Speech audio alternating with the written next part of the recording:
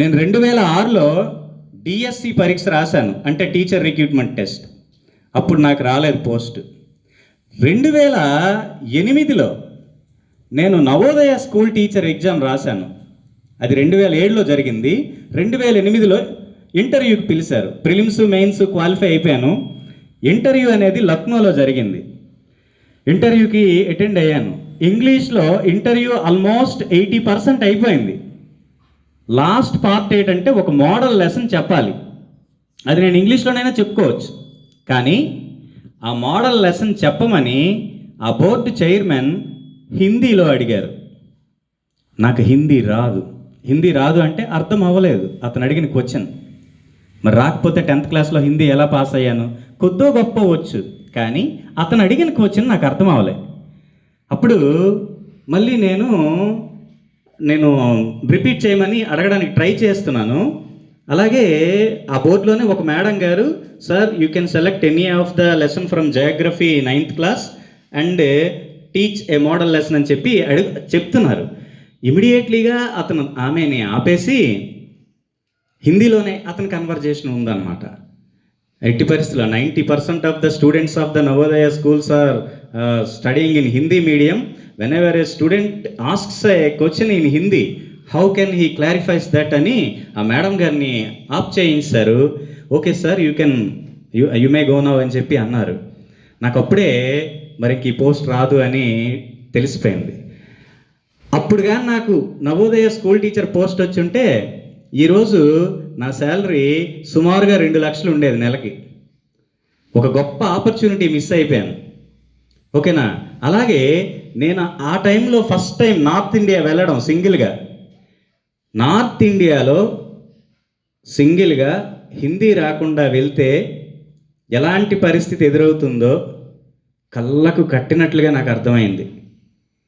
నేనేమో ఇంగ్లీష్లో అడుగుతున్నాను, ఒక టిఫిన్ కావాలన్నా, ఏదైనా ఒక బస్సు ఎటువైపు వెళ్ళాలో ఆ బస్సు కావాలా, బస్సు డీటెయిల్స్ కావాలన్నా అక్కడ వాళ్ళేమో హిందీలో మాట్లాడుతున్నారు.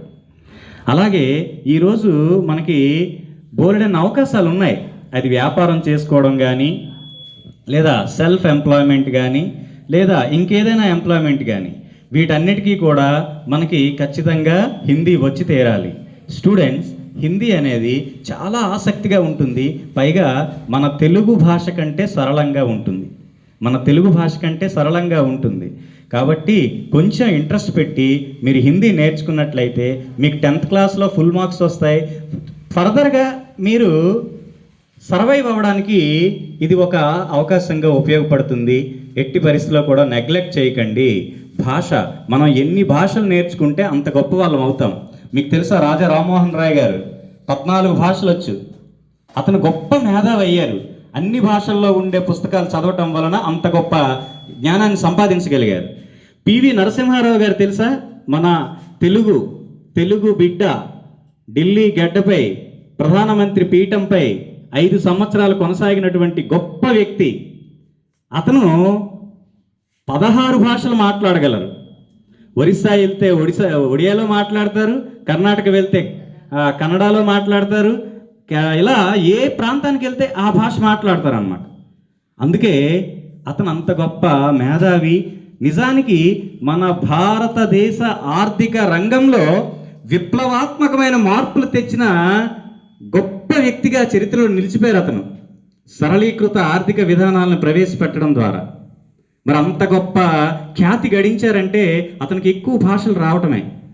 కాబట్టి మీరు ఖచ్చితంగా హిందీ నేర్చుకోవాలి. ఆ పైన మీకు సాధ్యమైతే ఇంకా ఎన్ని భాషలైనా నేర్చుకోండి. బట్ హిందీ, ఇంగ్లీష్, తెలుగు ఈ 3 భాషలు మాత్రం మీకు ఫ్లూయెంట్గా రావాలి. ఈ సందర్భంగా నాకు ఈ అవకాశం ఇచ్చినటువంటి మన పాఠశాల ప్రధానోపాధ్యాయుని గారికి నా ధన్యవాదాలు తెలియజేస్తున్నాను. Thank you. జై హింద్. Thank you.